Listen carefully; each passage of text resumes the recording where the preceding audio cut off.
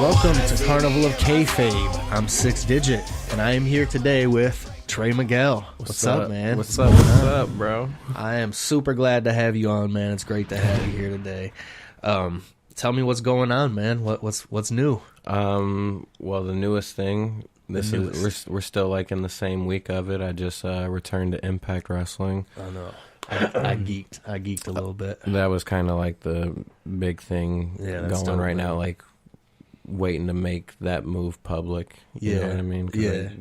That's what I'm getting bugged about right now. Oh, I'm sure. Happening. I'm sure. Actually, I'll say this right now. When we were trying to schedule this, like, it was like a couple of days you didn't get back to me, and he's like, "Is he gonna?" I'm like, "I'm with everything going on right now. I'm probably this far down in the. I can only imagine how far down in the inbox. So I can only imagine, how many people were blowing you up, and that's why I didn't want to be that guy and ask a million questions.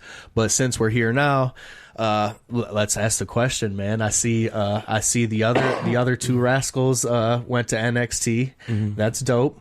Why didn't you go? Why not you? Why didn't you go to NXT? I think that's a big question on everybody's mind.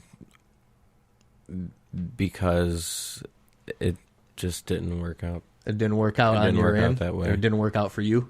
In the universe, like I think it just wasn't the time. Like there were talks, you know what I mean? Like it just.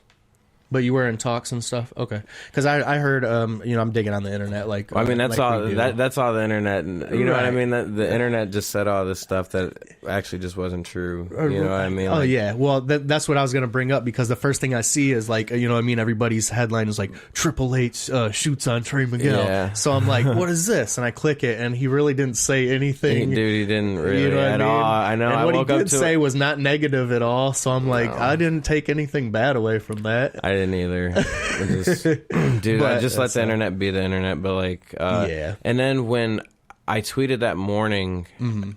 I wasn't even talking I wasn't responding to what Triple H said. I was talking to everyone that's fucking blowing me up and tagging me. It's like, guys, do you understand that? Like, I have a brother that passed away, mm-hmm. and a nephew that was just born 2 months premature, and he's named after.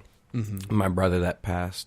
So it's like that's one of the most important things that I'm focused on right now. So like, understandably, people just like don't think about the fact that you have a personal life, bro. No, not like at all. I feel like it's just a circus animal, seriously. And it bothers me the way like people just have like a lack of give a fuck. Like they just give you no space. Oh, for sure, and especially on the internet because they have the safety of you don't know who they are. You know what I'm saying? They're not sitting face to face with you. So dude. I think people just they get those internet balls and everyone's got that. It's like a liquid courage almost. Yes. And people really don't know, you know what I'm saying? And that's why I wanted to ask you here, you know what I'm saying, so that you can bro, and like everyone knows that like when you go to NXT, you have to relocate and all this stuff and like bro, I got a school here. I'm like best friends with my students. Like right. I would have lived down there alone. I think people think that the automatic assumption is that like that's the end game. Like boom, you made it. You know what I'm saying? And that might not necessarily be the best move for you at this time. Yeah, I was just about to say, and I'm only 26 years old, bro. Like what the fuck? Right, absolutely. AJ Styles just signed when he was 40. Right. Are you kidding me? Right. And he's killing it. And literally, I'm training on every Friday. With Alex Shelley, who was my favorite wrestler when I was in my teen. He's still one of my favorite wrestlers now. Like, there's so many guys new guys that like I also pay attention to. I don't have a favorite wrestler anymore. There's no one that is just like my blatant, but I have favorite wrestlers. Yeah, and he's always going to be a guy that I look up to. Like, that being said, with a little bit of fanboy stuff. That's what I was going to say. That's something that would have been taken away from me. As far as like fanboy stuff, like you might not because you're so deep in it now. But like, who was your John Cena, dude? I had a John Cena poster. I had the John Cena belt. I still keep like the spinner necklaces I had. Nice. Dude, those are on my light. Nice. Let me show you some real quick. I haven't got a chance to put it up yet because I just got it. I got a box of cool stuff over here, but I thought this was particularly cool. You can't see me, John Cena. So dope. He's you can't see him. I don't know why I'm showing you. That's amazing. Yeah, that's cool though, man. Shawn Michaels was my favorite growing up. Okay. He's still my all-time favorite, and understandably so. You know, he's fucking. What I love about Shawn Michaels is I go back and watch matches now, and I'll watch a Shawn Michaels match that I've never seen, and he'll do something I've never seen him do, and I see you do that a lot too, which really impresses me with your work. You know what I'm saying? I appreciate that. It's there's wrestlers that are great, but if you see him do one thing, you know what's coming next. Bada bing, bada boom, bada boom. You know what I'm saying? And there's nothing wrong with that. That's cool. But you always surprise me. You always do something and I'm like, oh shit. I feel like you got to keep it fresh, man. Yeah. You don't have to. Like some people, like there's nothing wrong with sticking to what got you to the dance and shit like that. I don't take like there's some guys have to save their body because they've been doing it so long that I mean, like if they really tried to step out of the box, like they could get hurt, and it's not worth the money they make and the people that they love performing in front of. You know what I mean? Absolutely. Absolutely.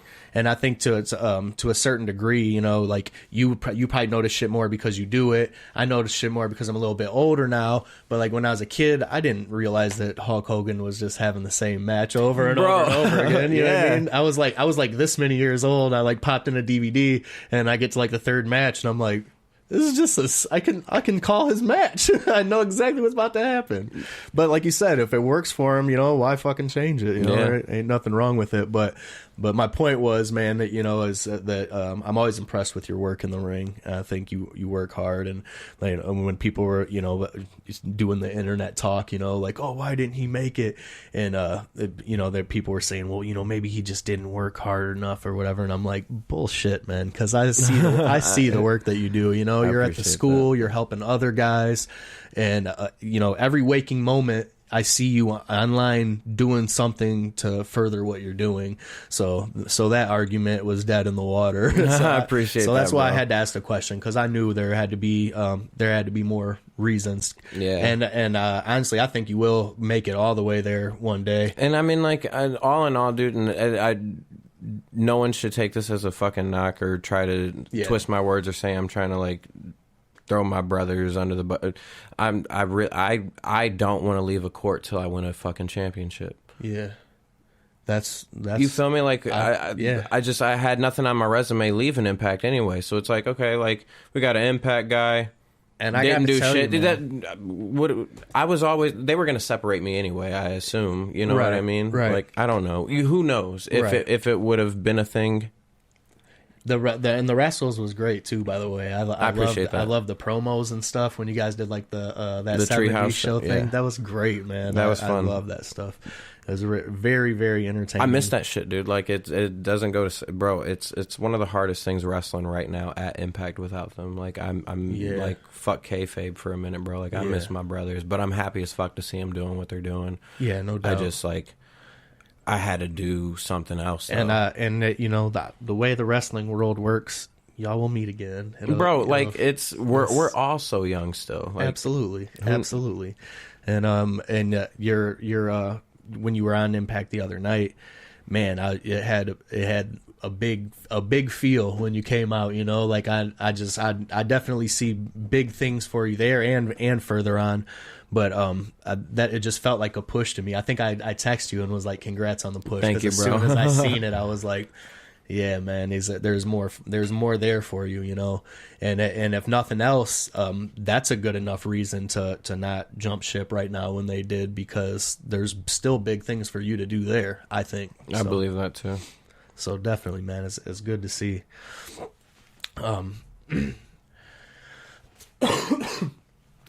So. You're from around here. Yeah. Right down the block. That's great, man. I was actually when we met and I found out that you were already hip to me and knew about my shit. That's I kind of marked out a little bit about that. One of my homies, one of the dudes that took care of me for a minute, he also made music, Oliver Twisted. Okay. If you're familiar with that guy. Yeah, I remember him. I met him through one of my best friends, one of my brothers, Chris Rollison, and like at the time, I didn't like. There was a time where I didn't have like any groceries or anything, and I didn't have anything to eat, any money or anything like that. And I remember, dude asked me like his mom took, like, if you were over there, you were family. You know what I mean? Like, no one went over there that wasn't tight-knit. So we were eating dinner one night, bro, and I mean, like, I just tore food the fuck up. And he was like, damn, bro, you ate like you haven't ever eaten in your life. And I was like, bro, like, I haven't eaten in, like, 2 days or some shit. And he was like, what the fuck, why? And I was like, I ain't got nothing to eat at home. And he was like, you've been over here, and, like, within those last 2 days. You know what I mean? Like, why didn't you say something? And I was like, because it's nobody's problem. You know what I mean? And I feel you. Dude was like, nah, fuck that, bro. Like, we stood up. We walked to 7-Eleven because he didn't drive. And dude spent like $100 in food stamps on getting me, like, non-perishable food, and he filled my closet with it. That's what's up, and because it was just me and my brother, but me and my brother didn't have a good relationship at the time. Yeah. So we weren't really concerned with one another, you know what I mean? Yeah. And like that shit hit. But he was the dude that introduced me to, like, he showed me Life Away, and I was like, this is the hardest shit I've ever seen in my life, dude. And I was only I was 16. Yeah. No, I was 15. Okay. And then dude, that was like an everyday song. I had once that I got was my a big song, man. I got my first car, bro. When I got my first car, like, that was the bumper in the car, bro. Like, that's what's so crazy about it. It's man. So nuts. That's awesome. That's awesome. And what's even more awesome is that you reached out to me to do some entrance music for you. I heard the one that you did for RPW, and I was like, I mean, I didn't expect less, you know what I mean? But I didn't know what to expect either, and I was like, well, you'll be happy to know I got something for you, man. And it's on the same lane as that. It's some hard shit, but I'll pitch it to you when we're off the air or whatever, and let you hear what I got and stuff. But I will let you know that I set up the hook to where the crowd can participate. You know what I'm saying? So it's like, who they want? Trey.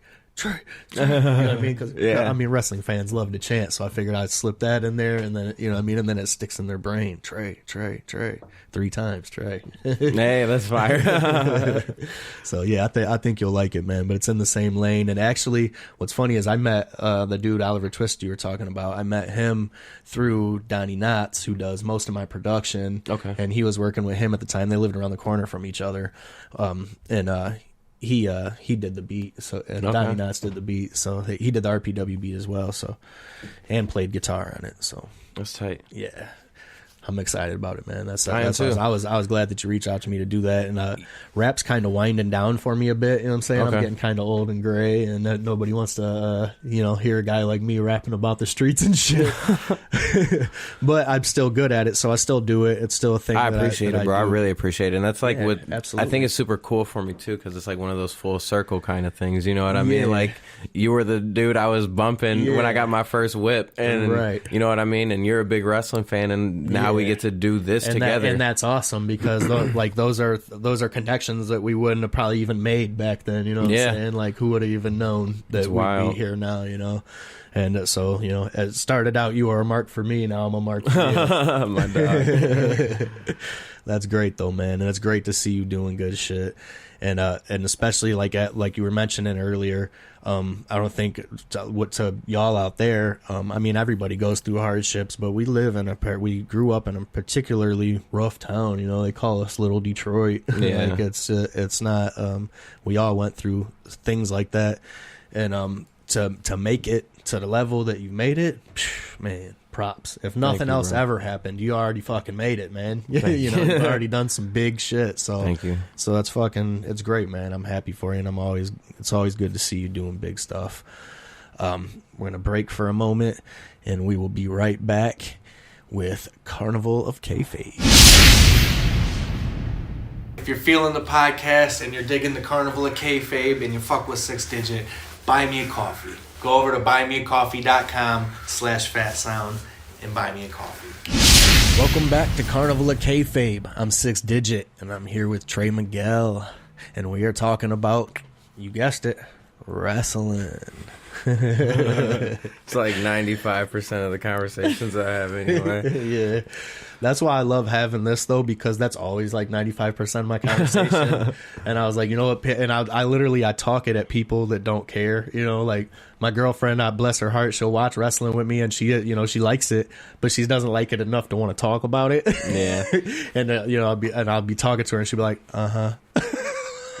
I'm like, yeah. So now I have an avenue to where I can just talk and people actually want to hear about it. So that's what's great about it.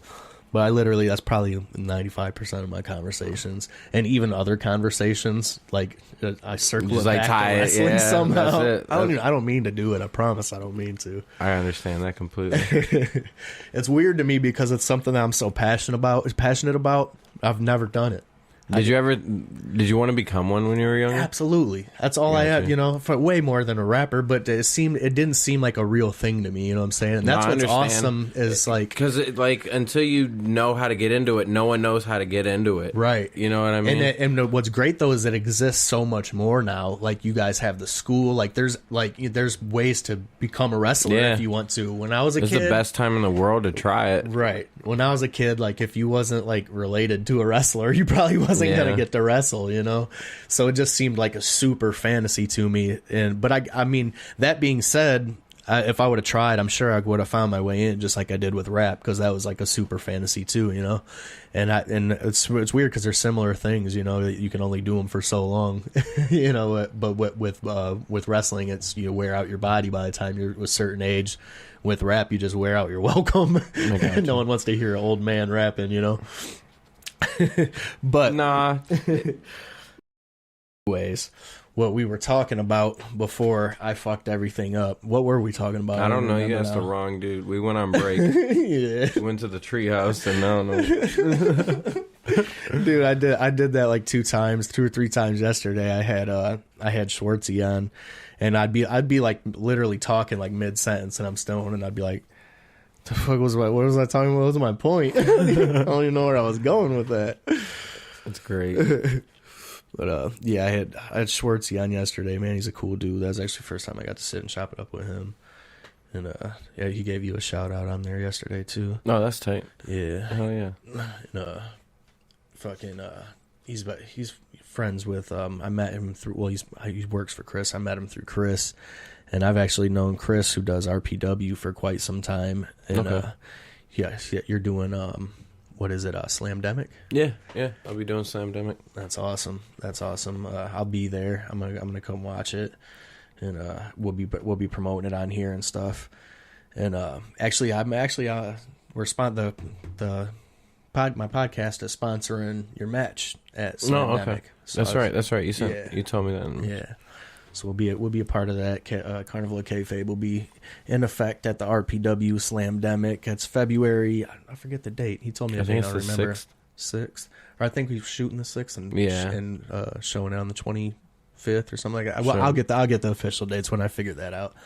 I've probably said 4 different dates on 4 different podcasts now. Just stay tuned, man. There'll be a link.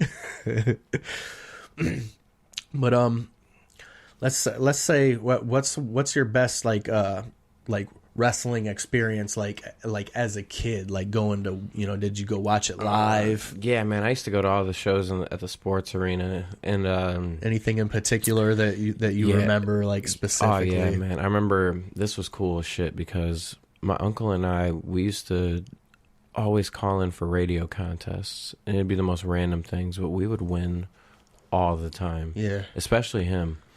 And one time, my Uncle Joe won me a set of 4th row tickets, and he called me. He was like, "Trey," he's like, I couldn't. He's like, I didn't get you front row. The contest was like 1 through 4, and he started by saying like, "Trey, I couldn't get you front row tickets," because that's what we were really hoping for. Right, you know what I mean? It was like first or nothing. You know what I mean? We're going for gold.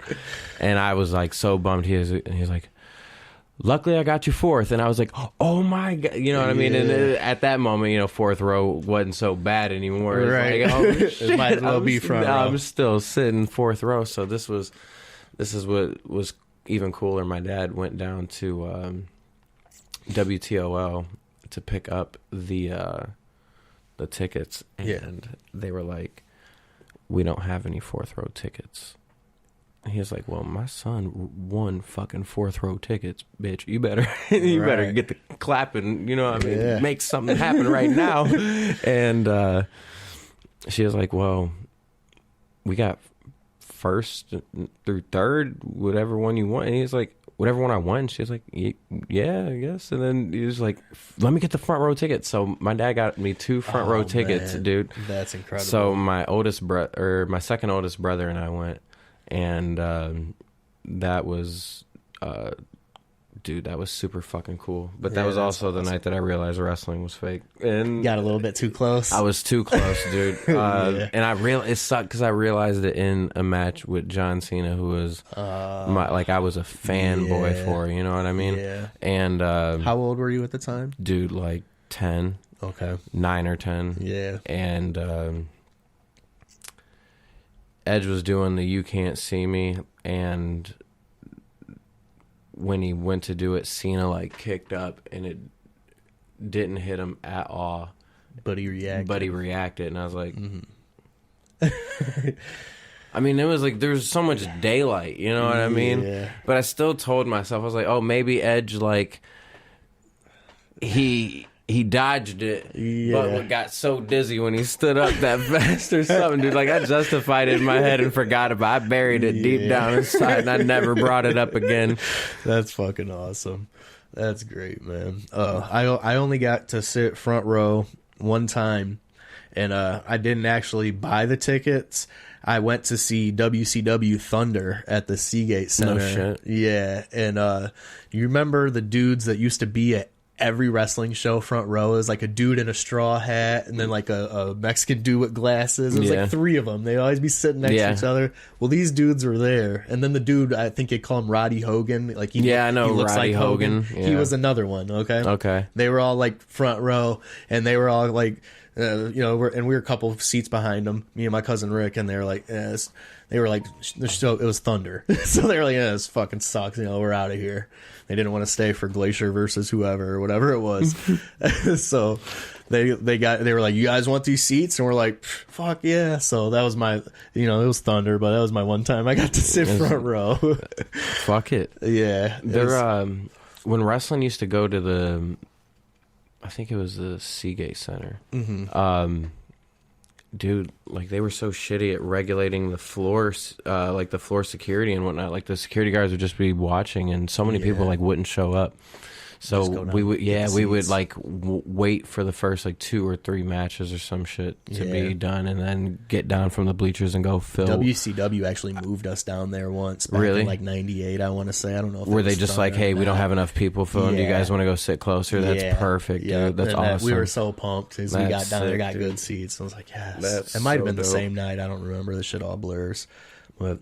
Yeah, I think the coolest like live wrestling that I remember going to see was, I want to say it was like '98 or '99. Whenever the original ECW was like at the end of their shit, they came and played the Seagate Center, and it was like the Dudley Boys and Tommy Dreamer and Sandman. The original ECW cast was in the house. Fucking New Jack, like, it was awesome, man. I'm sorry if I scratch my head a lot, dude. My fucking I have to like put this stuff on my head every day, and it dries my scalp out like a bitch, dude. It sucks so much. What do you got to put on your head? It's minoxidil, because my hair started like thinning out because I dyed it again like a dumbass just a couple weeks ago, but I dyed it for the first time and like fried my shit. So I had to I figured out what I had to do, and it worked. But dude, it makes my head itch so much every day. It sucks, bro. I just be like, I'll chill with the homies and just be like this and look like I just like don't shampoo or condition my shit or something. Back when I had hair, I had braids a lot, and I was constantly doing this shit. Dude, I had braids back in the day, just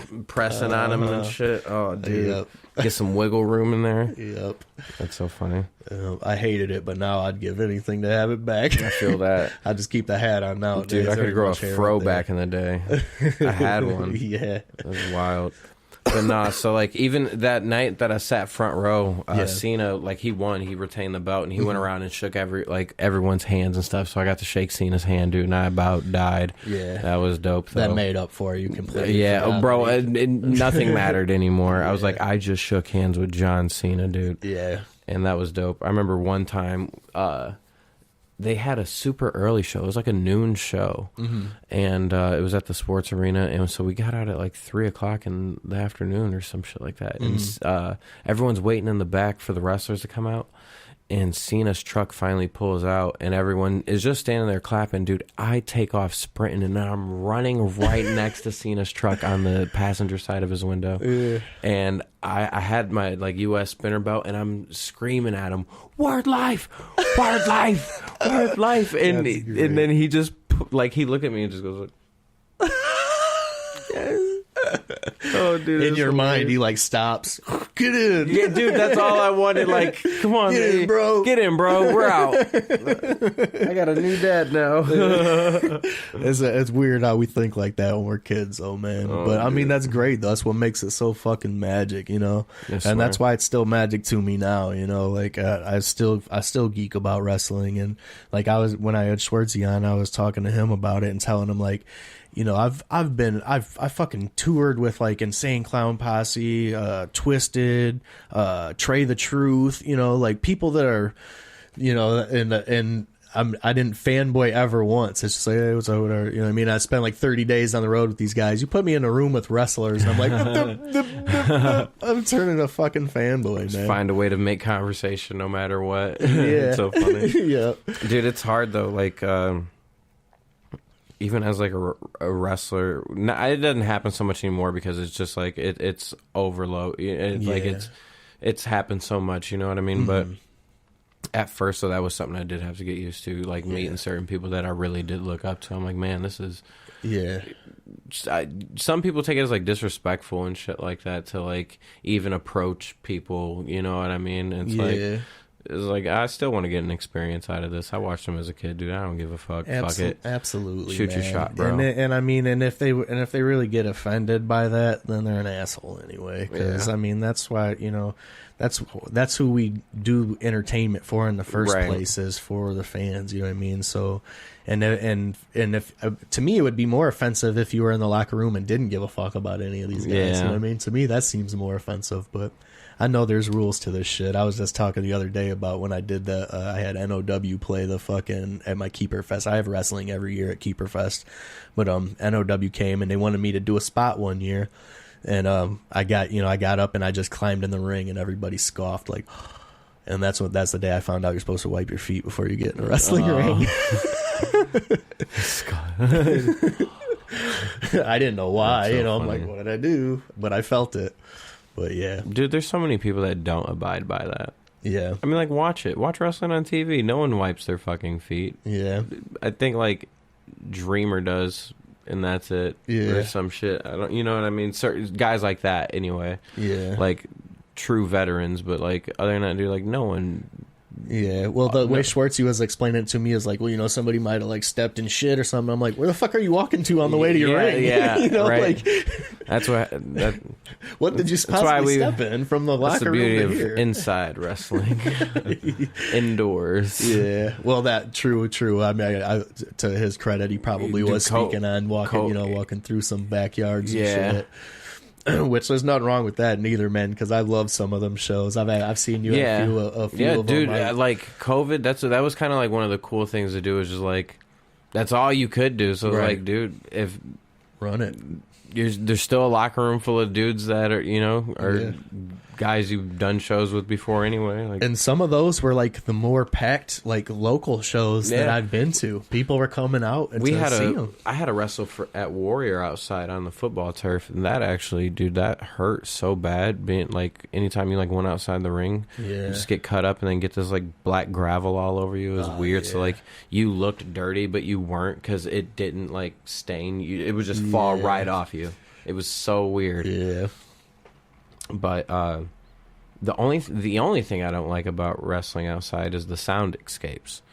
You know what I mean? So like no matter what the reaction is, it doesn't sound as good as it would being indoors because there's no echo to it. All the sound just goes up and it goes nowhere. Yeah. So it doesn't bounce back and. What do you think about wrestling with no crowd with the pandemic shit? I hate it, bro. I can't tell you how much like.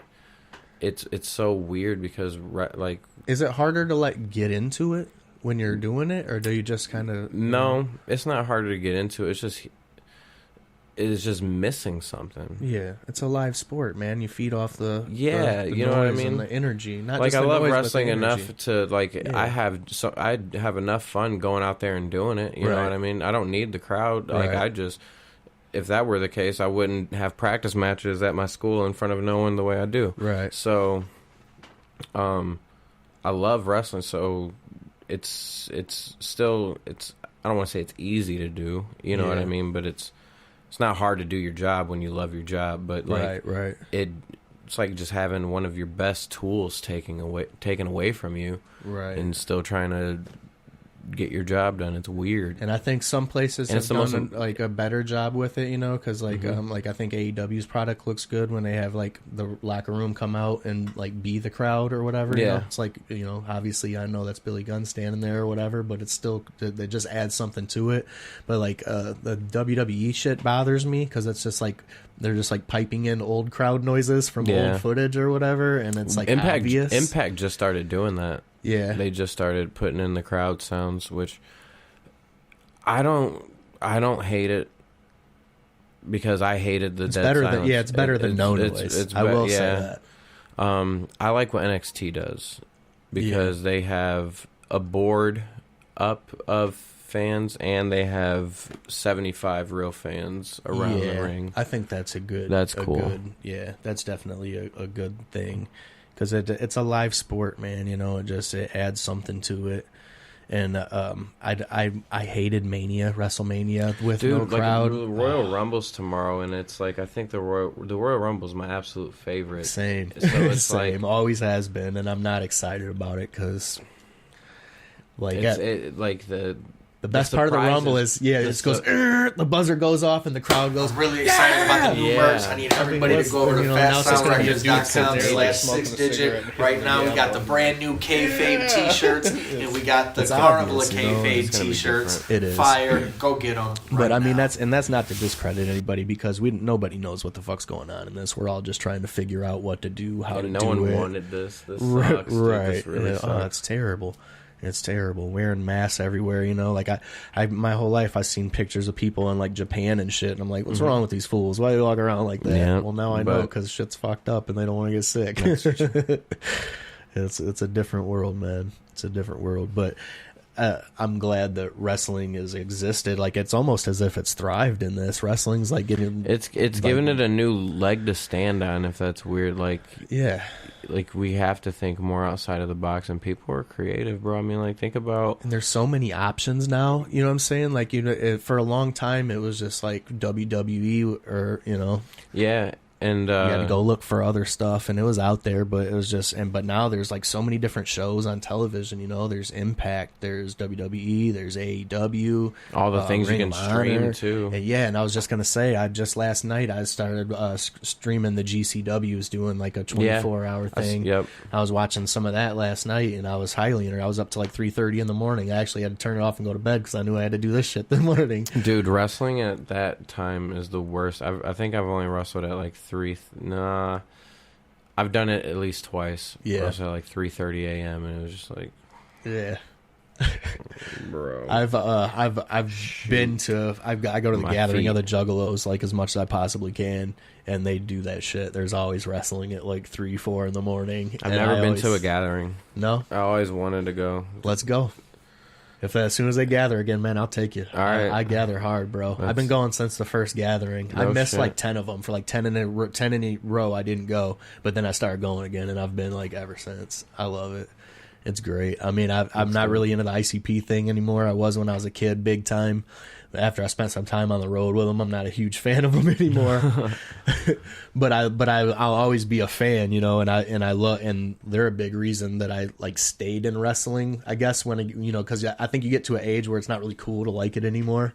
And I got to that age, but with my group of friends, it was still cool because they were ICP kids, and it's like the in thing with them. So I never really fell out of it. But I did one JCW show before, though. I was going to ask you if you ever worked JCW. Mm-hmm. Do you remember anything about it? Who'd you work with?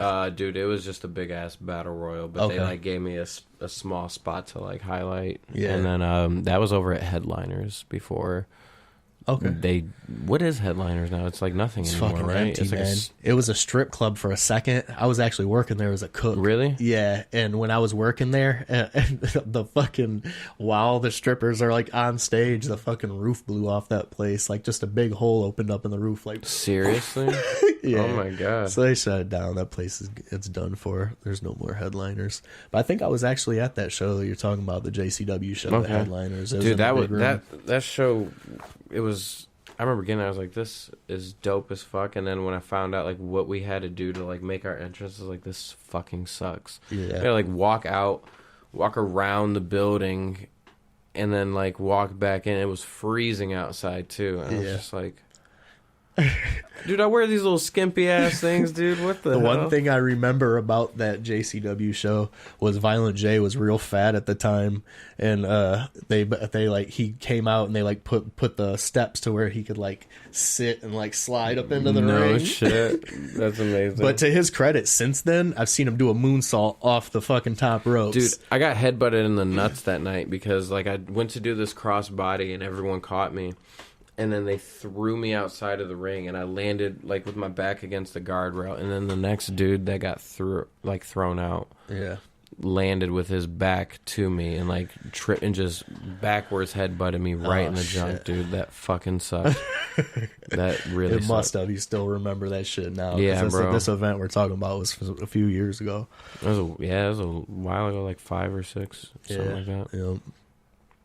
Yeah, I always enjoy JCW though, man. It's always cool. It's a very fan interactive environment. But I've been to quite a few other events, mostly at the Gathering, and like I was saying, when it's like 3-4 in the morning, like I seen Jeff Hardy wrestle at the Gathering actually. And not to talk shit about Jeff Hardy, but this dude was on something, man. Oh, dude. Is that where he, like, broke a bunch of shit? Like, yes, and he wrestled with the table. He wrestled with the table, and like, I'm not joking when I say, okay, we camped on the hill, okay? Like, here's the wrestling ring. I remember, and then, like, I've heard all about this thing, dude. It's so... it was sad, man. Yeah. But and I guess he's doing good now. So like I said, not to talk shit about Jeff Hardy, but I was very concerned for him this night, and I was happy that he was there. You know, like fucking Jeff Hardy's here. You know, at the Gathering, I was pumped. This is going to be great. And he came out, and first he slipped on the top rope, like just straight fucking like slipped. But could have been Fago or something. It is the Gathering, so I don't know that. I didn't think nothing of that. But at the end of the show, he wrestled with a fucking table and like broke it and just kept wrestling with it. And this went on for like the better part of an hour, to the point where there was no fans left. Me and my buddies... Was he still out there? He was still out there in the ring. Just him and the table. The only people out there still was me, Naughty Knots, and my buddy Pun. And we were all... And that's because we were camped right there. So we were just like sitting there chilling, hanging out still, just kind of laughing. Like, what the fuck is he doing? Yeah, exactly. We're like, what the fuck is he doing? It was blowing my mind. Oh, and I know he said later, he was like, oh, that was like I was just like making tribute to Sabu or something. Like he made some excuse that he was just like honoring Sabu. And I'm like, I guess. I never seen Sabu wrestle the table for a half hour straight, but but yeah, it was concerning, man. It was but to his credit, that can happen to anyone at the Gathering, because it's fucking mayhem. Yeah, if you're gonna get out of your mind anywhere, that's the place to do it. I tend to only do it once a year, and that's where I do it at, because it's 5 days of just fucking lawlessness, man, and just mayhem. And you know, something like wrestling can be 5 days. It's 5 days. 5 days long. 5 days? It's literally 5 days. That's longer than the weekend. Yeah. What the fuck? What day do you start? Do you start? It starts fucking Wednesday? It starts, well, this is the thing. It's technically Thursday, Friday, Saturday, Sunday, and then everybody goes home Monday morning. Okay. But they're juggalos, so they show up in parking lot party a day ahead of time, so there's a whole nother day there, and then it's hard to get them to leave, too. How do you afford the amount of whatever you're gonna... I mean, they're juggalos, man. They just like I was on the way there one year, and I went to jail with some weed and missed the whole first day. So I showed up the second day, and when I show up the second day, I realized that not only did all my shit get ruined, but I didn't have most of my shit, and all my food and supplies and stuff for the week, the police dog had ruined, like rifled through my shit. So I went out there without nothing, and the Juggalos looked out, man. They fed me and gave me fucking beers and whatever, you know, and took care of me the whole time. And they will. Juggalos are like that. Every year there's literally people up there like, I don't got no money, I want to come, and people will pitch in and get them a ticket. No shit, that's dope. I'm sorry my watch keeps going off, dude. I just got this before I got here, and I don't know how to use it yet. So I don't know how to Apple Watch. Yeah, I don't know how to turn the sound off. I had one for a short period of time, and I know nothing about it, but I just know cool. I had to get one to keep my heart rate. So yeah, I don't know. It's very useful. Ding. It's got a lot of cool shit on it, man. It'll turn into like your phone. You'll start playing games on it and shit. there's more than if you it's can got like think of. Fucking see it just I don't know how to do anything. Oh fuck! I forgot what he said the password was to this. He tells me every day, and I still forget. It's funny because literally the same thing happens in the Schwartzy episode, and I'm sitting here like, what's the password? Oh well, we don't need it anyways. I'll call him when we need to stop. Anyways, what was I talking about? I was talking about something. Wrestling. That's what I was talking about.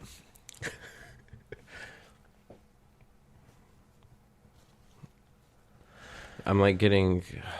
It was funny because like before we started this, you guys asked about like if I wanted anything to eat from Wendy's, and he was like, "No, you're probably on a diet." Like I'm about to go on one. So like Alex Shelley is like retraining me right now, not retraining me, but just like really helping me out, like take wrestling to a next level for myself. Yeah, and I'm trying to like take dieting seriously. Even I haven't started yet, but that's why this is just blowing up right now. He's hitting me with all this shit, and I'm just like getting depressed reading it.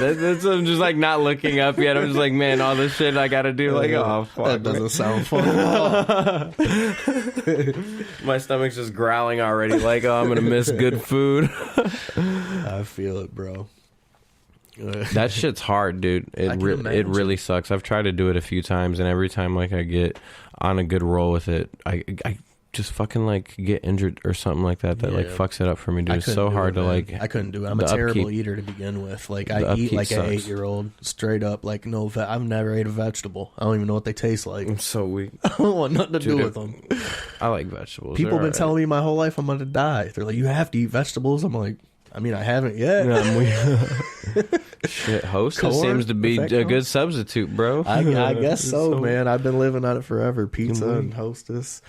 It'll catch up to me. It already is, man. I might look like skinny, but I feel terrible. I'm so weak. It'll catch up to you. But no, that's what we were talking about earlier when I said that you asked me, about did I ever want to wrestle, and I did want to, but I knew I would never make it to that level of fucking training. Like I'm just not that dedicated. So like, hats off to you and anyone that can do any sort of like workout regimen and diet and shit, because that's a lot of fucking. It's like a mental thing first, and I've never been able to even come close to conquering any of that.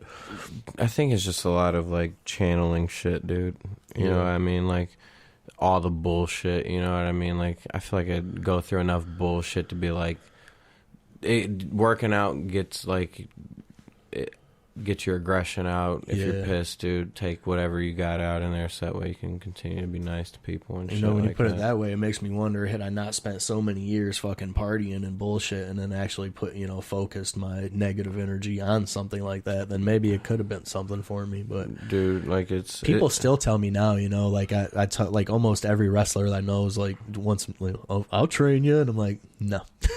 I literally dislocate my left shoulder like folding laundry, and that's not a lie. I've done it so many times, and I need surgery, but I just keep putting it off. And now it's to the point like when I did the music video for RPW, we're out back shooting it, and I'm doing rapper shit with my arms, and oh fuck, literally just doing that, it popped out, and it took me like 20 minutes, and I'm like, just give me a minute, and now I got it to where I like can just like slide it back in there, and which is not good for it. I'm supposed to go like at the way the doctor described it to me is like the way a GI Joe goes together, and it's like a like a ball here that goes in there. There's no ball left anymore because I've been pushing it in and out so much. So it's just like a stick. Yeah, so the fact that I can't fold laundry without breaking my shit, wrestling's probably not a good idea for me. That, and the one time I did a wrestling move, NOW had me do a spot, and I was supposed to do a Stone Cold Stunner to Poindexter from the Nerds. Yeah. Okay, he was I was working with him. He's a buddy of mine, and I helped train him when he first started. Oh, okay, because he went to the school that I was trained at. Yeah. Nice. He worked JCW a few times too. I seen him out at JCW a few times. But I was gonna do a spot with him, and they told me for forever leading up to it. We talked about it for like a month, and I was gonna go in the ring and get some heat talking shit about the wrestling or whatever, and then Ethan's gonna come in and try to check me or whatever, and then I'm supposed to like hit him with a clothesline, and that's what we discussed for like a month, and I'm like, easy enough, I'm just gonna fucking hit him with a clothesline, throw him in the ropes, hit him with a clothesline. I've seen it a million times. It shouldn't be hard. Well, we're literally walking up to the ring, and the promoter turns to me and goes, "All right, we changed it. This is what we're gonna do." He's like, "You're gonna, same thing, but when he says it, you're gonna kick him and give him a Stone Cold Stunner." And I'm like, all right, that sounds ultimately cooler than the clothesline. Yeah. But I've never done a Stone Cold Stunner, but how hard can it be, right? Wrong. I fucked myself up, man. I kick him, he bends down for me, I give him the stunner, and I went, instead of into a sitting position like I should have, I kind of went out almost diamond cutter and landed all the way wrong right here so hard, and that I wanted to cry. It hurt so bad, but I just kept doing a thing and play, and he sold it like $1,000,000 and made me look great. But as soon as I left the ring, I go back, I told my girlfriend, I landed right on my back. I think I fucked my shit up. Is there a big bruise? And she's looking. She's like, no, it looks fine. Oh, wait a minute.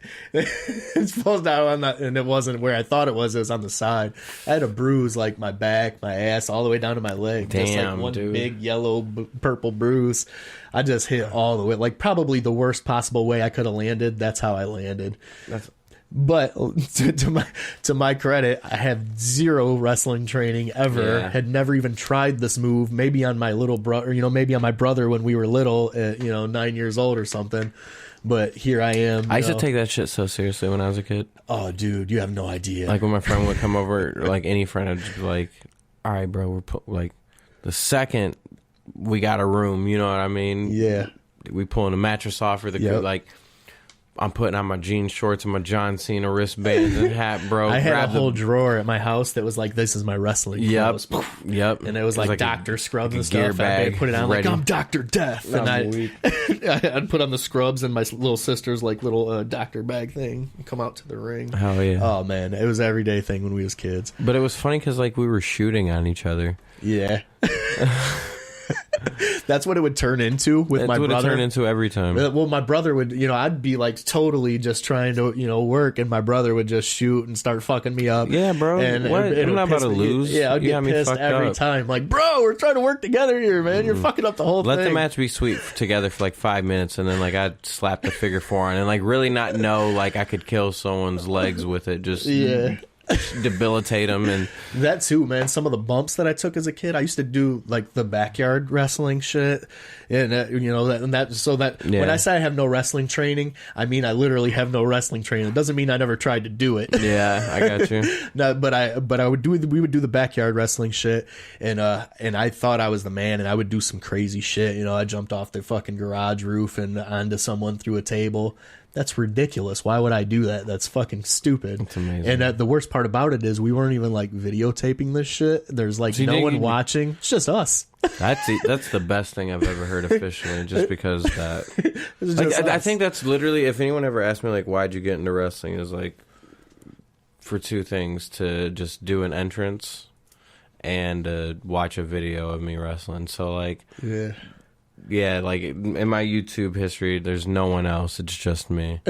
Why the fuck would I watch anyone else wrestle? I could do that. I could turn on TV. I've been doing that my whole life, was watching everyone else get to have the fun I want to have. Right. If someone's recording it, I want to watch me have the fun. That makes no fucking sense. That's great to hear you say, because I always hear that about rap too. You know what I mean? People like, you listen to your own music, bitch? Yeah. What the fuck? Of course Absolutely, I do. I'm my favorite rapper. What do you mean? If I wasn't, I wouldn't do it. Dude, Childish Gambino said one of the funniest jokes I think I ever heard. He was like, just because, like, what if like your career was working at Subway and you come home and you make a sandwich? So I'm getting a little conceited, aren't we? Like, what the fuck? Like, it's just what I do, bro. Right. Yeah, that's it's not even the same thing. Well, I'm hungry. Right. Just so happens that I'm particularly good at making sandwiches. But yeah, I watch the shit out of my matches. That, and I can't learn anything from watching someone else. I mean, like, I can see something and take from it, but like, I'm not gonna evolve from watching someone else. I'm gonna do that from watching myself do something wrong, or watch my own misstep or something like that. And do you find any? Yeah, all the time, dude. I'm my own worst critic. I hate like, I said that like I enjoyed it though. Like, I didn't say I enjoy watching myself. I'm the only one I watch it. I don't like it though. You watch sitting there just like apart. just quit, bro. Yeah. Let's see, I'm the opposite with my rap. I'm my favorite rapper, you know. That's why I listen to myself probably more than anything else. There are some things that I do that I'm like a real big fan of, though. Like, I'm not even gonna lie about that. And it's got to be something I've never seen someone do. Like, I'm only like that big of a fan of myself when I feel like I came up with something. Like, you know what I mean? Like when the Power Slide Destroyer happened or something. Like, you know what I mean? Absolutely. Like, I was so proud. I was really proud of that. For sure. Everyone wanted to shit on Canadian destroyers. And I was like, oh, it's just another Canadian destroyer. I was like, yeah, well, I found one and made it my own in a world where you can't be original anymore. Right. Like, where I found a way to go into it that no one's where done everything's yet. Supposedly been done. You're doing something that hasn't been done, and that's awesome. That's really the only time I see a lot of that in your matches. So you should be proud of all your work in the ring, straight up. Because thank you, bro. You're real good in the ring, and I think you got like I said, you've already done so much to be proud of. You know, like you've already fucking made it in wrestling, but you're gonna make it a lot farther, man. That's a guarantee, because you're out wrestling a lot of dudes that are doing it. As long as COVID doesn't ruin the world any more than it already has. Dude, I don't think it can ruin wrestling, man, because wrestling, like I said, is thriving. Dude, that was one of the like hardest things. Like, wrestling has never had like an off week.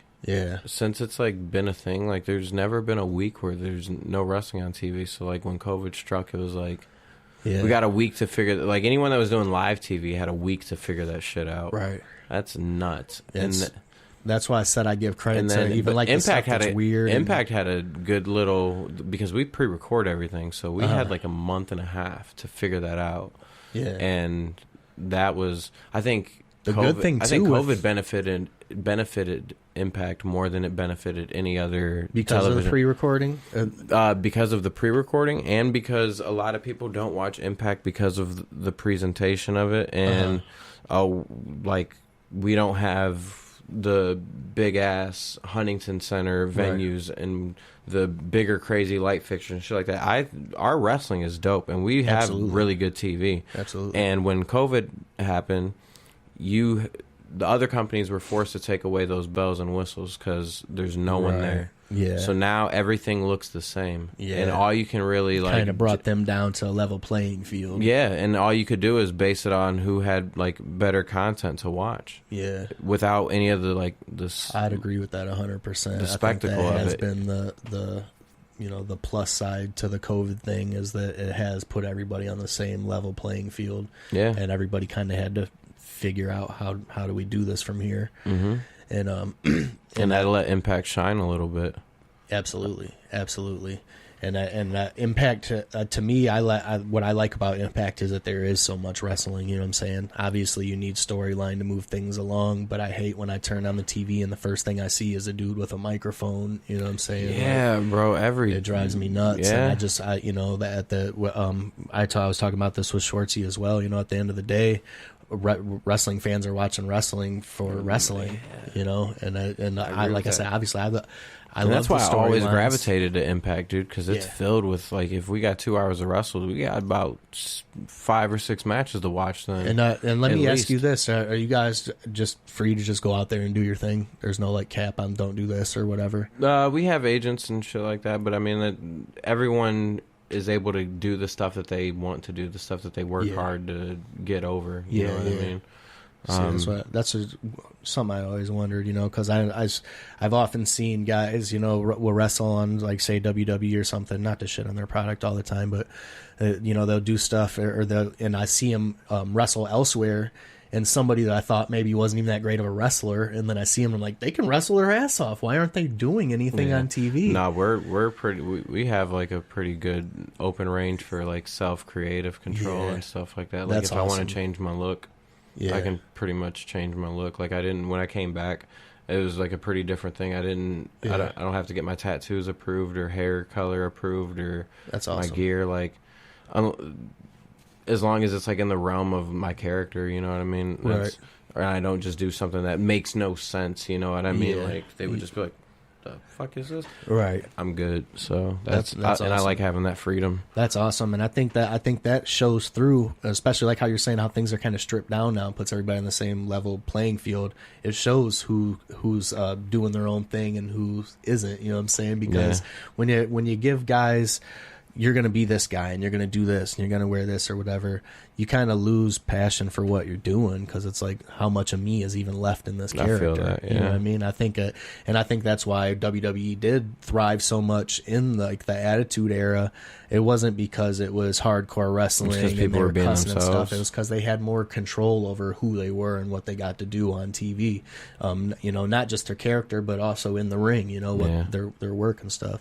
And I think that shows through, and especially now in the pandemic, you can see that, and it shows that everywhere has good wrestling. You know what I'm saying? Impact, Ring of Honor. There's a lot of good wrestling on TV, and that's fucking great now, because for a long time it was just. This is the best time I changed my mind on that. It's the best and worst time to be a wrestling fan, because I mean, like, you just can't see wrestling live really right now, so that sucks. But you have so many different ways to watch it and access it, and from like a touchscreen phone. Yeah, that's crazy, bro. And hopefully this imagine all that comes in the 90s. Imagine having 4 different wrestling TV shows on in a week and being able to just YouTube matches that you want to watch anytime. In the 90s, it already consumed all of my time. If I had it just at the touch of my fingertips like that, it would have been so much even more. You know, it's crazy. But it's great. I love it, and you know, it's and I don't love COVID, but I love the way that the business is adapting to it, and that things are changing in a positive way for everyone involved. Yeah, because a lot of places, like, if they didn't have a streaming platform before or anything like that, they're kind of putting, if they want to keep their doors open, a lot of promotions they count on making the gate to pay for the next show, you know what I mean? So without having fans, and they might not make it once COVID's up to even be able to run a show anymore. So now it's like, all right, if we can get those same fans to pay for the show online, absolutely, and then we still film it, you know what I mean? And I think maybe it's great for the product too, because people are able to focus. Here's one thing that I think a lot of smaller federations, you know, fall victim to is they don't focus on like the entrance and stuff. They got a shitty little karaoke sound system, and like that takes something away from the show. You know what I mean? And you got to step always up to have something to stream. You can't just have the production quality, the trash bag thing hanging in a doorway. Exactly. Yep. So which I miss those so much. Oh, those always made wrestling feel like you were doing the coolest shit ever, walking through a fucking trash bag. Get a curtain, motherfucker. Yeah, right. I'm sure that feels rewarding. Damn. You know, and I'm sure you feel confident that you're going to get paid at the end of the night when you see that trash bag set up. God, dude. It's like one of those like PVC pipe things with just like trash bags dubbed over it. Yeah. Like, And I get we all got to start somewhere, you know, so not to knock anybody's stuff, but I think that is an advantage to this, is people are going to step up their production quality, because that's all you got right now. Yeah. You can't just put a couple asses in seats and pay everybody for the night, you know. You gotta have something that people want to see. And that to me, that's half the fucking gig. You know what I mean? How many times you watch Undertaker come to the ring and it takes him way longer to get to the ring than he actually spends in the ring? Right. But you still love to see him because there's something to that. You know what I'm saying? And there's something to an entrance. And when that's missing from smaller shows. So I think if you're running a small shows out there, step your shit up and fucking, and don't take much to get some nice speakers out there. I see shitty bands do it all the time. Just get some nice speakers and a nice little entranceway for him to walk out of, and I promise it'll step your show up. Fuck all that. If you ain't got $500,000 for a LED board for people to walk on, then don't run shows. That's it. Pyro. We want pyro.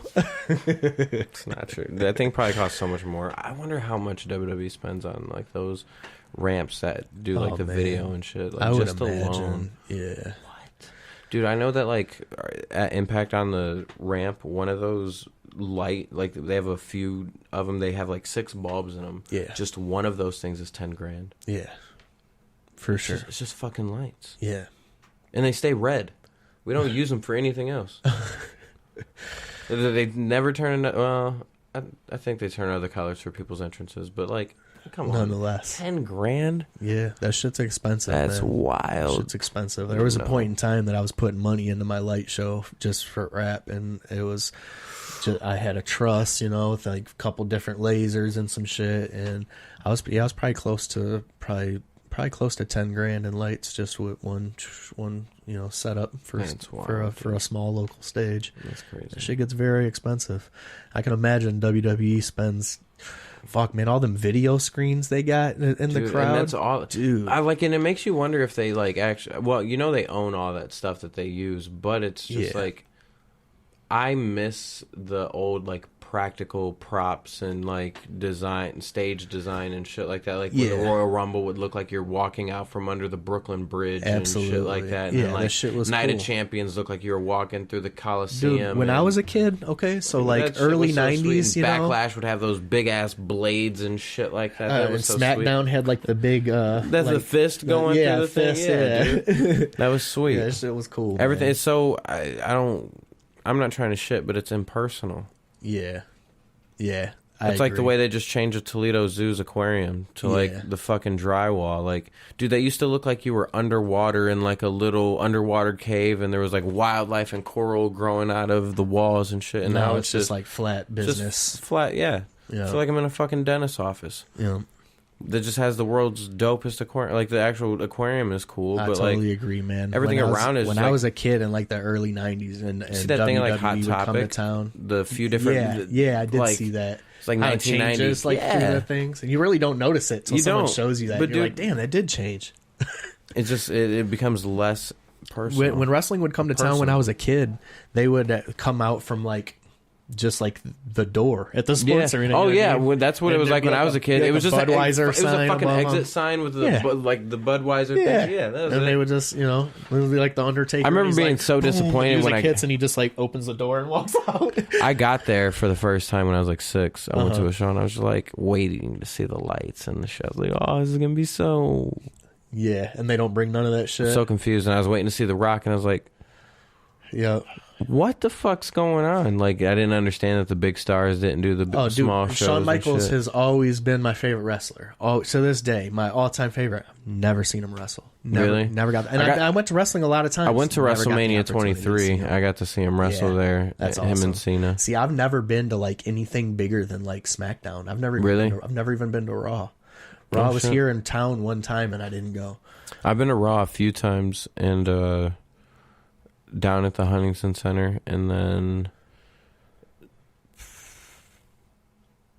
I think the last time I went to Raw was 2015. Yeah. I think the coolest show that I ever like went to, there was a SmackDown. This was probably like 2011 or something, and it was at the Huntington when the Huntington was like brand new, and I went and seen SmackDown there. Return, he returned that night, so that was sweet. That was like the only thing I remember really.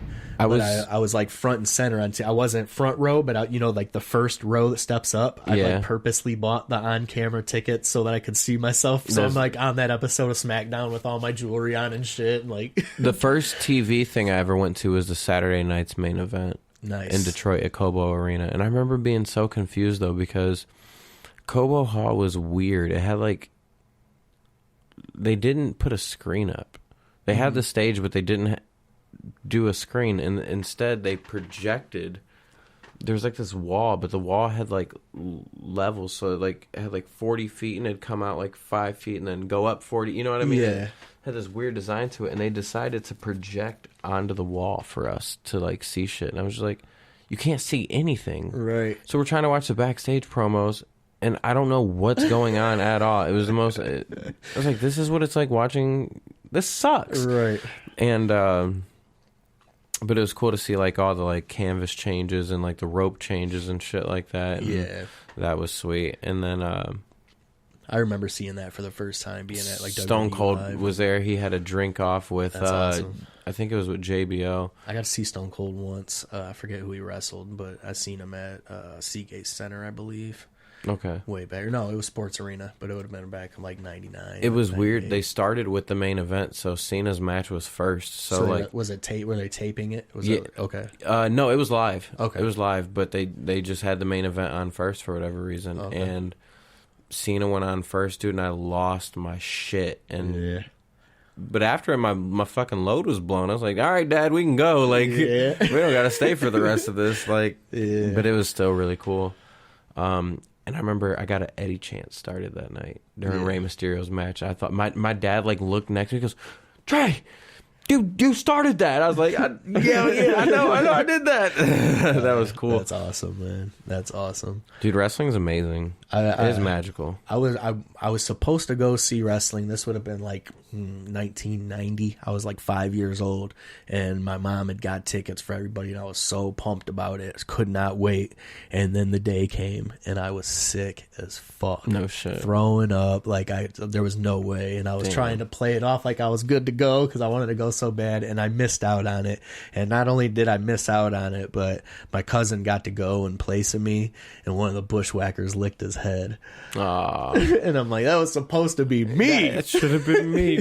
You was supposed to lick my head, you bitch. Luke. That's funny. Dude, I remember. If you're out there, Luke Bushwhacker, you owe me a head licking, pal. I remember the first time I ever like made contact with a wrestler like Shelton Benjamin. It was the night I was sitting front row. Shelton Benjamin did like this spot on the outside where he like jumped to the barricade and caught himself, and it was right in front of me, and his hand was right there, and I just was like, yeah. I don't know why I guess that's better than just like yeah. What are you doing, kid? It's great though, man. That's great. As you know, like they're superheroes when you're a kid. Yeah, they are. I mean, that shit's just larger than life, and it's such a big deal, and it should be. You know, I wouldn't take that away from anyone, man. That's fucking great that you had those memories like that. When the ECW show that I was talking about that we were at, Axel Rotten came up in the crowd there. I don't know who he was fighting, but he came up right by us, and he's like walking with a steel chair. And he comes right, he's fucking just leaking, buckets of blood. And my cousin Rick has his ECW flyer, and he fucking just like wipes blood on. He's like, I got his blood. I don't know if he still has it, but oh my god, I don't know if Axel Rotten's blood is a safe thing to have at your house. No. Oh my god. But he had it, and he was happy about it. But when you're a kid, that shit's just like, you get pumped about shit like that. There was a lot of cool shit that night, to ECW's credit, though, because I had, like we were saying, when it would, wrestling would come to town when you're a kid, it would be like, Undertaker versus Steve, Jones from down the street or whatever. Steve Blackman. Yeah, you would just get some, some nobody Dude, Steve shit. Blackman was the fucking man back then. I remember seeing him live. And he was a legit. I was only excited to see like 3 people that night. All right, so here's like another full circle thing. That night, the first night I ever got to see wrestling live. First time my dad was like, he approached my sister and my brother and myself, and he's like, all right guys, I'm either gonna buy you the PlayStation 2 that just came out, or we're going to WWF Raw. And we were like, my brother Christian's a big gamer. He's like, oh, we have to get a PlayStation. It just came out, Dad. We have to get one. We have to. And since he's the oldest, he's easy to manipulate Kayla, who's the middle child, my sister. And then Kayla's like, yeah, I want a PlayStation too. And I was just like, you bitches, you both are wrestling fans too. Like, what the fuck is wrong with you? And then, but I'm the baby, dude, so I lose it. Like, I'm like, it's not fair, you know what I mean? I want to go see wrestling. Fuck a mother. I don't give a damn about a PlayStation, Dad. Like, this is bullshit. Like, and he was just like, all right, we're going to wrestling. And so we went to wrestling, and dude, DX, I was so excited to hopefully see DX and The Rock that night, but they weren't there. But they did have X-Pac. X-Pac was on the card, and he opened the show, dude, and he cut a promo on the light guy, and it was so funny. That's good. And then, dude, they had the pyro and shit for I was like, oh my God, this is just the sweetest fucking thing I've ever seen. I lost my fucking mind. And then it was in one of the last matches Jericho was on. And after his match, he won, dude, and he picked a kid up out of the front row and put him on his shoulders in the middle of the ring. And I remember, like, crying, like, Dad, dude, like, why are we all the way back here? And why couldn't it be me? Why can't it be me? And then, so Jericho, like, if you're out there, and dude, it stood out so much for so long. And then my best friend Brent, like, the first time he let me in his house, we're going into his room. And there's a picture of a kid on Jericho's shoulders from, like, a distance. And I was like, what's this picture? And he was like, oh, it's a picture of me on Chris Jericho's shoulders from, like, 98 or 99 or some shit like that. And I was just like, it was you. I mean, bro, seeing red, I was just like, this is my moment. God brought me full circle so I could kill him. It's like, this is where you die. And I just go full American Psycho on him, like Christian Bale in The Best. Oh my God, bro. I just wanted to fucking murder him. And that is great. He's my best friend now. But, like, his dad used to wrestle, and his dad's the one that, like, opened the school that I got trained at originally. So, like, it's just so crazy how that's awesome. I hated him my entire life, and he's the one that, like, became my best friend in the world, and was the catalyst to what my you're doing dreams. now. Yeah, that's wild, great, man, bro. That's crazy how the universe seems to work like that. It's so weird, bro. It is. It's definitely strange, but it's real, man. There's something to it. You know, the universe does things. And it listens. And I hope it does something good for me. Like, continues to do good things for me. I won't say, like, it hasn't yet. It's like, come on, keep working out in weird, mysterious Hurry up, ways. Universe. No, absolutely, man. And I think it will, man. 100% for sure. There's a lot more in the wrestling world for you. Because this is coming from dude, like, a mark. You know what I'm saying? I'm a mark. I watch wrestling. Bro, there has to be more in store as long as wrestling's alive. I mean, like, I'm not saying that, like, dude, as long as I'm wrestling, I'm happy. Yeah. Oh, absolutely. And you should be happy even with where you're at. You know what I mean? Dude, if nothing else ever happened, you fucking made it, bro. Like, you fucking you do some good Impact shit. Wrestling is home, bro. Straight up. Like, when we were like maybe a week or 2 weeks out of our contract, and when my nephew was born, my oldest brother is he works for a ministry, so, like, he doesn't really make a lot of money, and what he does, like, it's very minimal.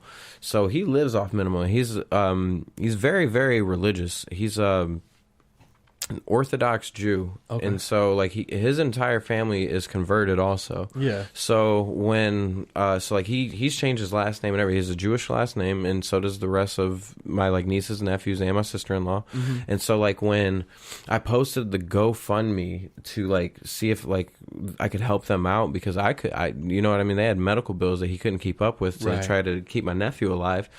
And Scott D'Amore reached out to me in, like, 15 minutes and was like, is this really your brother? Blah, blah, blah. I'm just asking because your last names are different. And I was like, yeah. And I explained it to him, like, yeah, my brother's just converted and he changed his name. And, like, that's why. And that's my oldest brother by blood. And, dude, he donated $1,500, like, without another word. Like, I got a PayPal thing, and that's awesome. We sent that straight to the GoFundMe. Yeah, that's awesome, man. That's real cool, dude. And that was after like we parted ways. You know what I mean? Like that. Impact is family, and my best friends in the world work there too. You know what I mean? Like Rich Swann and Chris Bay, and Tommy Dreamer's like a father figure to me now. D'Lo also. D'Lo Brown is the fucking man to kick it with. Scott D'Amore too, and like Don is like the cool uncle that you like never get to see, but he's always got some slick ass advice or some game to spit at you. You know what I'm saying? Like he's like, "What's up, kid? Walk with me." And it's like you feel like you're doing something dope as fuck when you're walking with Don. Like, mob, man. Like yeah, bro, straight up. That's what it's like. It's so fucking dope. Like we just have chill ass work days, bro, and then now we're working with AEW, and AEW comes in and shit like that. Like that's cool too, man. I like that they're doing like the cross promotion. I think there needs to be more of that, bro. It's making wrestling more interesting than it's ever been. Absolutely, I agree 100%, and it's not going to harm anyone. It's going to help everyone. Yeah, you know? And that's it. Obviously, if you're a wrestling fan, you know, if you're a real wrestling fan, then you're checking out everything anyways. It's silly to act like this exists and this don't or whatever, you know. So I think that is a cool thing. That's awesome. And I think D'Lo looks like a cool dude too, man. I like watching his interviews and stuff. Dope, bro. He seems like a cool guy. I'd definitely like to meet him someday. He seems like cool people. And bro, D'Lo fucks with me all the time. Like, he's cool as fuck. Like like when we have to have personal, he'll be like, you know, I love you, kid. Like, I love you like I'd love if I had a son. You know what I mean? Like, nigga, it's like that. So I'm like, man, D'Lo's the truth. And then I'll be like caught up at Impact after he leaves some days, and he'll be like, send me a picture of Hattie B's because that's our favorite thing to eat while we're down there. He'll be like, just let you know I got some. Like, I know you won't be able to because they held you up. But he was like, I'll let you know I got mine. He got his PS5 and sent me a picture. I was like, and this was after I'd left Impact too, and he was like, oh, I'm just chilling. And I was like, bro, like, what the fuck? Like, why'd you just... I sent him a picture. I was getting molded for my grills a couple years ago, and I just sent him a picture of, like, me with the mold in my mouth out of context. He was like, what happened? And I was like, I'm getting gold teeth made. And he was just like... That's great, man. That's awesome. And that's got to be cool, too, you know what I'm saying? Like, I know from, like... being on tour with ICP and stuff like that, when you grow up and you're into something, you know, and then like to be friends with these people, you know, they become your peers. You know, it's like a weird surreal thing, but it's very cool and very humbling, you know. And it's definitely like, it was so funny, dude. We were doing this backstage, or like we had the storyline going at the beginning of the year where like Ace Austin was trying to bang my mom and shit, and we were going to like go further with it, like where apparently like my mom used to be a rat in the 80s and shit like that, and it's like she like sees everyone and like it's like, hey Tommy, it's so nice to meet you, and he like tries to turn away and he can't get away, and she's like, where you going? He's like, hey Shelby, you know, Shelly, real good to see you, like how's it been? And then she's like, oh, I'm doing good. And he's like, Trey seems to be doing well. And she's like, yeah. And he goes, hey, I'm wondering, when was Trey born? Like everyone wants to know, so that way they can make sure that like it doesn't line up with when they hooked up with my mom. And so my mom was gonna go through like the entire locker room at Impact, just like looking like she has been in the game for a minute, and like just always sleeping with the boys. Which I mean, like, it's a horrible thing to portray on TV, right? But it's hilarious. It's just funny, it's dude. Gold. I'm telling you right now. And it was only meant to be funny, dude. Yeah, like absolutely. If anyone chooses to get offended by shit like that, dude, I promise you, you're only choosing. Absolutely, you're choosing, bro. This must be your first day watching wrestling. If like, you're offended, yeah, bro. Like, come on, that. Wrestling's done some of the most scandalous shit in the world. Yeah, but from punning babies to like, come on, what, a Triple H with like the dead hooker, dude. thing? Yeah, like, you know what I mean. Come on, bro. That shit's weird. Still, but it was gonna land on D'Lo is gonna be my dad because like I'm half black and shit like that, so it was gonna be perfect. They're like, D'Lo would be the perfect one. You know what I mean? He's like one of the only black vets we got at the thing, and it was like, dude, oh my god, I wanted to do so much you could have did with that, you know, that would have just been hilarious, you know, bro. I just wanted to get a chest protector. Like have D'Lo catch you doing some of, you know what I mean? Like, I used to do that shit when I was a kid, bro. D'Lo was one of my favorites. That's what makes it so funny. Would be great. He's like, I'd fucking do boom, boom, and then like crack my neck doing that part. Yeah, that's great. I always enjoyed D'Lo, man. I always thought he was great in the ring, and and he never got as much as he deserved. Neither. I thought he should have got more. Not that he wasn't on TV. I mean, he got plenty. I'm not saying that, but I mean, as far as like, a solo push, I thought he was. I thought he was more valuable to WWE than they were. I can agree with that. I think 100%. A lot of the Nation of Domination was, though. Farouk included.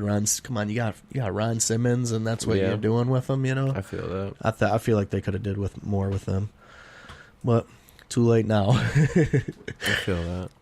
But all right, break. All right, I think we're winding down anyways now. Probably anyways. We're at an hour 40. Yeah, so we'll just call it a wrap, man, and I'm happy to have you here today. Thanks, man. bro. Hey, we can do a part 2. We could whenever you want, bro. I'm free. I'm right down the block. yeah, for sure, man. We'll do plenty more parts, and like I said, actually, I'll be at Slamdemic because I'm sponsoring a match and shit, and I know he's like doing the quarantine taping type deal, but he's gonna let me come watch, so I'll be around. Dope, hell yeah! And man, it's been great having you here today. Thank you so much, bro. This was dope. We had a little treehouse moment. We'll record that next time and sell that on OnlyFans for you. Yeah. And catch me next time on Carnival of Kayfabe, Ringside with Sixx Digit. It's been real, and see you soon.